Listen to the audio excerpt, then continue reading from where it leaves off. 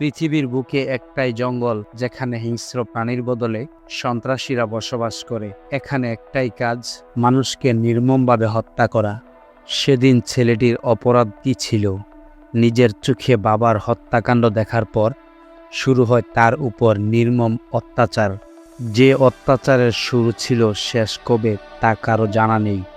যখন সে ঘুরে দাঁড়ায়, তখন সে কি পারবে এই হিংস্র সন্ত্রাসীদের হাত থেকে নিজের পরিবার সহ জঙ্গলের আশেপাশের মানুষকে রক্ষা করতে? নাকি সন্ত্রাসীরা এই জঙ্গল দখল করে রাজত্ব কায়েম করবে? ভয়ঙ্কর জঙ্গলে সন্ত্রাসীরা মানুষকে এখানে এনে হত্যা করে ফেলত। একদিন তার ছোট বোনকে না পেয়ে যখন এখানে খুঁজতে আসে, সন্ত্রাসীরা টের পেয়ে তাকে খুঁজতে থাকে। না পেয়ে নিজেরাই একে অপরের সাথে ঝগড়া লেগে যায়। এক পর্যায়ে ক্লান্ত হয়ে ছেলেটি জঙ্গলের একপাশে অজ্ঞান হয়ে পড়ে থাকে। সেই মুহূর্তে জঙ্গলে বসবাসকারী একজন মহিলা তাকে উদ্ধার করে কিছু খাবার দিয়ে দ্রুত পালানোর জন্য বলে দেয়। সন্ত্রাসীরা মহিলাটিকে দেখতে পেয়ে সামনে এগিয়ে আসে।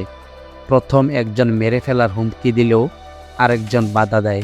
তখন তাকে এমনভাবে জিজ্ঞাসা করে, তুমি কি একজন কালো ছেলেকে দেখতে পেয়েছ?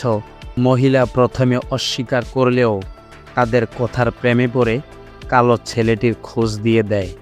এরপর এই দুইজন মহিলাকে হত্যা করে ফেলে, যেন পরবর্তীতে কোনো মানুষ জিজ্ঞাসা করলে তাদের আকৃতি না বলতে পারে। ছেলেটি তার বাড়িতে এসে দেখে পুরো ঘর ফাঁকা হয়ে আছে।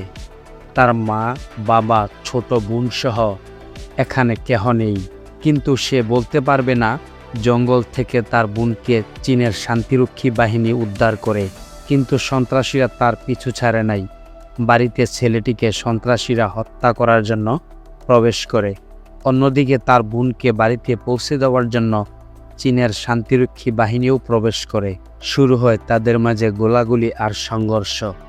অনেকক্ষণ সংঘর্ষ হওয়ার পর তারা খুঁজে পায় তাদের সেই কাঙ্ক্ষিত ছেলেটিকে, যে কিনা তার ছোট বোনকে খোঁজার জন্য জঙ্গলের সন্ত্রাসীদের অত্যাচারের শিকার হয়েছে। পরে তার বোন সহ তাকে গাড়িতে তুলে হাসি আর আনন্দের মাঝে শান্তিরক্ষী বাহিনী তাদের ক্যাম্পে নিয়ে যায়। এই ফাঁকে বাড়িতে চলে আসে ছেলেটির একজন কাকা। সে এসে তাকে পাগলের মতো খুঁজতে থাকে। কোথাও তার সন্ধান না পেয়ে আবার বাড়িতে ফিরে আসে। এবার যেন তার পরিস্থিতি পাল্টে যায়। তার স্ত্রীকে সন্ত্রাসীরা তুলে নিয়ে যায় এবং ফোন দিয়ে হুমকি দেয়, যদি তোমার ভাতিজাকে আমাদের হাতে তুলে না দাও, তোমার গর্ভবতী স্ত্রীকে আমরা হত্যা করে ফেলব। বাধ্য হয়ে যখন সে বলে তাকে আমি কোথায় খুঁজে পাব, তখন তাকে চীনের শান্তিরক্ষী বাহিনীর অধীনস্থ একটি হাসপাতালের সন্ধান দেওয়া হয়। কৌশল হিসাবে অসুস্থতার ছদ্মবেশ ধারণ করে সে হাসপাতালে প্রবেশ করে।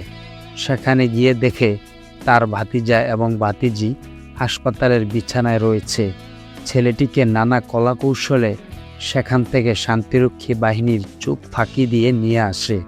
হাসপাতালে ক্যামেরুনকে শান্তিরক্ষী বাহিনী না দেখতে পেয়ে গভীর চিন্তায় পড়ে যায়। সন্ত্রাসীদের এত বড় সাহস হয় কিভাবে যে হাসপাতাল থেকে রোগী নিয়ে যায়? ক্যামেরুনকে খুঁজে বের করার জন্য তারা উচ্চপদস্থ অফিসারদের সঙ্গে আলোচনা করে কেন জঙ্গলে এত মানুষ থাকা সত্ত্বেও সন্ত্রাসীরা তার প্রতি এতটা আকৃষ্ট। এ বিষয়টি গুরুত্ব সহকারে বিবেচনা করা হয়। সিনিয়র অফিসারের নির্দেশনা অনুযায়ী সন্ত্রাসীদের বিরুদ্ধে শান্তিরক্ষী বাহিনীর চিরুনি অভিযান শুরু হয়। অভিযানের প্রথম ধাপেই তারা তার আপন চাচাকে লক্ষ্য করে, কারণ তিনি নিজের স্ত্রীকে সন্ত্রাসীদের হাত থেকে বাঁচানোর জন্য ক্যামেরুনকে গোপনে লুকিয়ে রেখেছিলেন। কিন্তু শেষ পর্যন্ত কোনো লাভ হয় না। অবশেষে তিনি শান্তিরক্ষী বাহিনীর হাতে ধরা পড়ে। এরপর আসল ঘটনা ধীরে ধীরে স্পষ্ট হয়ে ওঠে, কেন সে ক্যামেরুনকে আটকে রেখেছিল এবং এর পেছনে কারা জড়িত ছিল। জঙ্গলের এই সন্ত্রাসীদের চিরতরে নির্মূল করার জন্য একটি পরিকল্পনা করা হয়, যেখানে কৌশল হিসেবে ক্যামেরুনের চাচাকে সঙ্গে নেওয়া হয় আর বড়শির খাদ্য হিসেবে ক্যামেরুনকে আগে থেকেই বিভিন্ন কৌশল ভালোভাবে শেখানো হয়।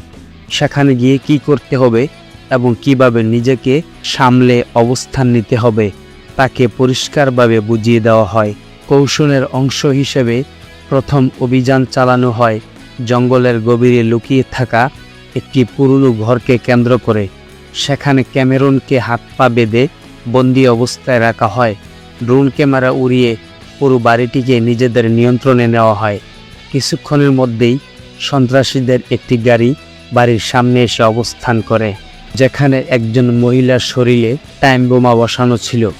স্ত্রীকে দেখে সে আর নিজেকে সামলে রাখতে পারেনি, সাথে সাথেই তার কাছে ছুটে যায় এবং চীনের শান্তিরক্ষী বাহিনীর কাছে সাহায্য প্রার্থনা করে, কারণ বোমাটি বিস্ফোরিত হতে আর মাত্র 5 মিনিট বাকি।